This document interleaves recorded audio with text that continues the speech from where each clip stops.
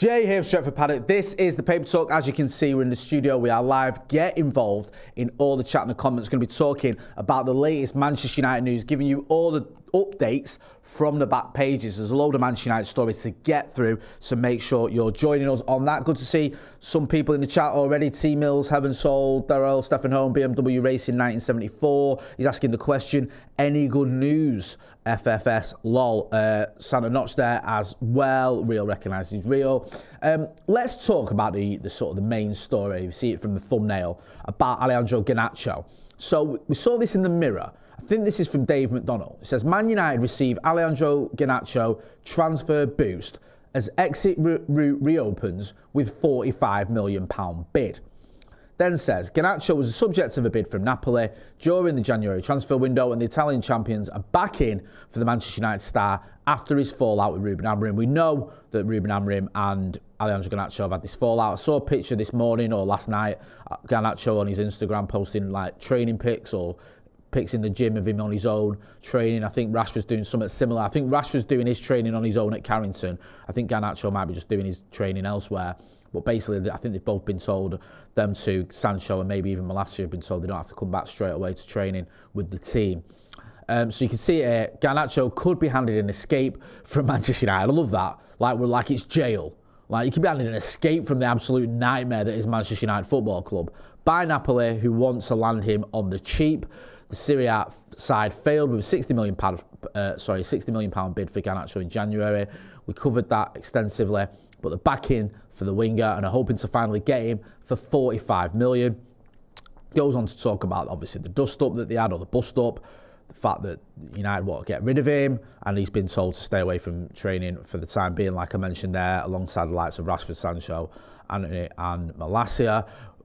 The sort of the fallout between Alejandro Garnacho and Ruben Amorim was well documented. Now, this might be an opinion that not many others share, but I think we should be getting a lot more than 45 million quid for Alejandro Garnacho. He's got that weird combination of being still very young and having played a lot of football, a lot of Premier League football. Doesn't happen very often, that, where you get a player who's 20 who's played over, 140 games at the top level, and Alejandro Garnacho has done that. And I know people might look at him and go, well, he didn't have a great season, his decision-making is suspect, and I hate to use this word, but I think it's applicable here. His attitude isn't great. He's had these issues, and he had an issue, I think, with Ten Hag, where he was late for training or late for a meeting. He's obviously had a couple of issues with Ruben Amorim, dropped for the Manchester derby, of course, got himself back into the team, to be fair to the lad. But then we had all these other stuff, that some of the social media posts do my head in. Then the interview he gave after the Europa League final. Yes, he was obviously upset that he didn't get more than 20 minutes, and I kind of get it. I agree. He should have played more than that. But you don't go sort of taking your grievances to the media. You deal with it in the right way, and if you've got an issue with the manager and the way he's treating you, go and speak to the manager. Have that conversation face to face. Don't have it through the media. And we had so many reports that Ruben Amorim had just basically told him, you need to find somewhere else to go and play football because you're done here. So we know all that. However, 45 million quid for me is not enough. Look at some of the other transfers that are happening. We've seen Madueke, I think, going for 50 million, I want to say, to Arsenal. I think that's on the verge of happening. Anthony Elanga going from Forest to Newcastle for 55 million. Players that aren't that dissimilar from Garnacho. Garnacho is younger, and I'd argue he's more naturally talented than those two. I would. I think Garnacho is a very talented player. And I think even last season, where people say, oh, he was awful, whatever, I think he had about 20 goal involvements across all competitions. His goal involvements is about 1 in 3, which is very similar to the numbers that the likes of Madueke and Elanga have put up in the past as well. And he's younger than those. And also, let's not forget that on his day, we've seen him absolutely shine. We've seen him shine against the likes of Manchester City. He won the Puskas Award, obviously, for that goal at Goodison. So he's not a bad footballer. The issue with Alejandro Garnacho is, can you get a tune out of him? Can his decision-making improve? And can he sort out his mindset? Let me know what you think. Give me a shout. We need money. We want money coming in. If we sell Garnacho, we can hopefully use that money to reinvest elsewhere. However, just as though we shouldn't get our pants pulled down when buying players, I don't think we should get our pants pulled down when selling him. And 45 million quid is a bit cheap. Plus, another spanner in the works. We are hearing reports that Garnacho prefers to stay in England. I think he's got a kid as well. He's got a family. Wants to stay in England. So he might not even fancy a move to Napoli. Let me know what you think. C. Joe James John says, ask for the same amount as Mbeumo and use how McTominay suited them. Ryan Turner says, Jay, we're in no position to negotiate here. All clubs know we want rid of these players and we need cash. 50 million and a good selling clause. Well, that is a kind of negotiation. If they're saying 45 and we say 50 million and a good selling clause, I wouldn't mind having it where a selling clause makes up some of the wages, because I don't think if he goes to Napoli, he'll be there forever. And there's a good chance he could leave Napoli in a few years if he does what he could do for like 60, 70, even 80 million. It's not beyond the realms of possibility. We've seen it with Elanga. We've seen it with Alvaro at Benfica, where United have got sell-on clauses. Even Mason Greenwood has talked that he could move from Marseille, and there's a sell-on clause there. So I understand all that. It makes sense. Maybe that's what Manchester United needs to do, but I don't think we should be selling Garnacho for 45 million, if indeed he'll even go, because we don't know if he'll go. I think there's a quote from the Napoli president, Aurelio De Laurentiis, reckons Garnacho will become an even better player once he leaves United. Garnacho's got pace, flair and potential, said the Napoli chief. But that's not even why we want him. We want him because he's at United. Get him out and he becomes twice the player. There's a fault at United that I can't explain. It's quite brutal, isn't it? You don't usually get people, whether that's the president, director of football, manager, coaches, whatever, talking about a player at another club like that and talking about the other club like that as well. So it's quite a bold statement there. I mean, I'm not particularly aggrieved at it because I kind of get it. I just think, like Rashford, like Sancho, like Antony, just get him moved on. Garnacho's the one out of all the players I've mentioned who you can probably get the most amount of money for. I think his stock is probably the highest in terms of the fact he's still very young. Those are the players, some of them are in the mid-20s. Rashford's getting towards late 20s. There's a few more question marks there about if you bought them, whether you could sell them on. You could buy Garnacho for 50 or 60 million quid and sell him on and make a profit if all goes well. You might not do, but then you might do as well. Glenn F says Garnacho is a £60 million sale. I agree. I think that's about right. I do. I think for a 20-year-old with the experience he's got and the other reasons I've mentioned as well, I think we should be looking at 60 million. Brian Casey says should be 55 million minimum for Garnacho. You're buying potential. T Mills says 55 million as well. Certainly not 45 million. Just seeing there, someone's put breaking. Where's that from? Sorry, I'm just seeing this. Oh, is it? Okay, yeah, sorry. Someone was putting something about Mbeumo. Should we talk about Mbeumo? Because where would we be without a Bryan Mbeumo story? Hit that subscribe button if you're not doing so already, by the way. Let's get to 805,000 subscribers. So where's this from? This was Darmish yesterday. Oh, this is from Darmish Seth, who we've had on the channel. Bit of an update. I mean, you know where I stand with Bryan Mbeumo. We're not getting much movement at the minute. We know that United want him. We know United have put a bid in. We know that Brentford are holding out for more money. Go on, you can show us the rest of it. Sources state that United and Brentford are getting close to Bryan Mbeumo final agreement. Just get rid of that. Honestly, I can't take this anymore. I'm not going to go with you, producer Ben, for showing us. This is our job to talk about the stories that are doing it. If I see another tweet or update that says deal on, or sources state Brentford and United are close, or negotiations continue, honestly, it's going to take all the mental energy I've got not to jump off Barton Bridge. I can't cope with it.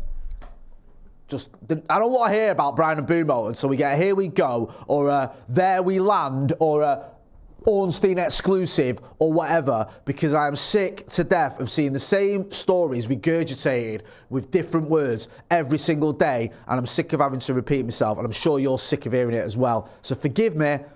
We try and tell you what's going on, but at the minute, nothing is going on with Bryan Mbeumo. And if that changes, I will let you know. We will let you know. We will keep you updated. If it becomes a case where it's like, right, we've had a breakthrough, then we will go live. But at the minute, nothing has changed. Let's talk about players, or a player that we have got. We mentioned this in Transfers Live last night. Fabrizio Romano tweeting there. Harley, Emsden. James joins us from, I think it's from Southampton. 15-year-old. Kind of fits in with what we're doing now at Manchester United.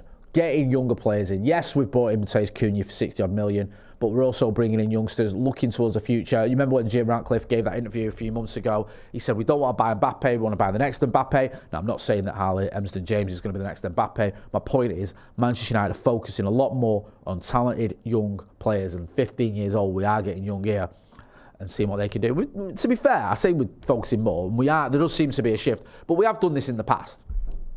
You've seen players, I think David Beckham signed for United when he was about 15. So it has happened before. It's just there seems to be a little bit more attention on that because it's a sort of a way around some of the financial difficulties we've got. And Manchester United always do have this sort of good youth policy. We trust our youth. We've had this record of always having a youth academy graduate in the squad since the 1930s, I think it is, or maybe in the 20s, just forever, practically. And you know, if you sign in for Manchester United, you're a talented youngster, there is a path to the first team. Matheus Cunha has given his first interview as a Manchester United player. I can see, we just get the rest of the quote here. He's spoken about playing against United. Yeah, I think always like an opponent. You know, it's different. Keep going, we've got any more. We're joking when I go to the locker room. We're talking about some games, especially with Mazraoui. I think it's always with him, my battle. But of course, we're talking about the games, we're talking about the seasons. And then, yeah, I think everyone was lovely with me, or very lovely with me. Very warm welcome. Yeah, I like Cunha. I liked him when he was at Wolves. Always did well against Manchester United. I know that you shouldn't just buy players because they play well against United. Otherwise, you try to buy everyone. But always was a very dangerous player.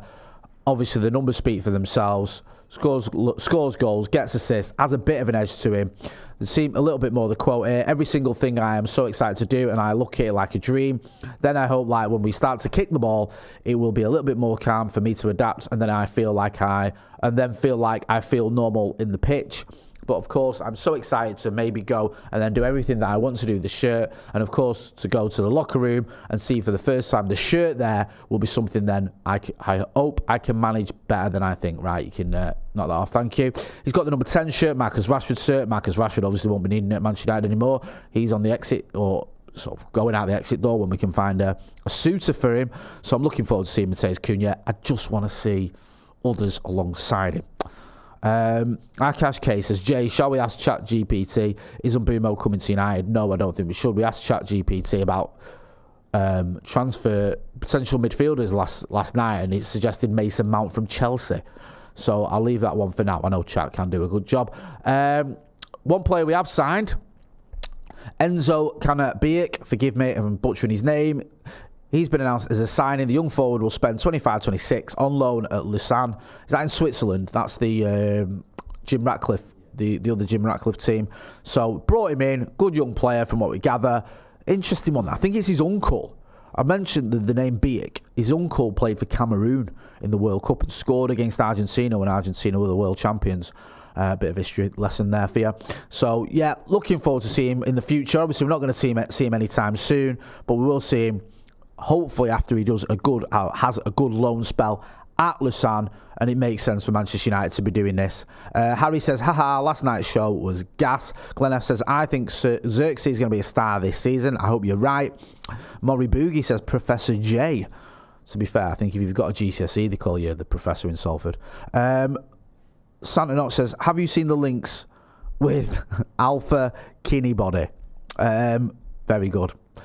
Ruben Harris says, Mbeumo is worth 120 million if Garnacho is worth 60 million.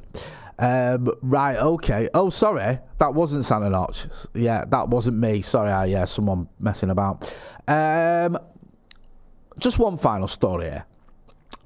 So this was posted yesterday. I think it went out after the news. United, we are proud to announce the launch of a new award in memory of the late Joe Thompson. The accolade will be presented presented each season to a player or staff member from our under-18s or under-21 side who represents the values of a Manchester United person like Joe did. Obviously passed away very young. I think he was 28. It's only right that the club do things like that. I think it's a positive thing in his name, in his memory. What annoyed me about that is the morons replying to that, asking about transfers, moaning about transfers. Never mind this, announce Mbeumo and all that.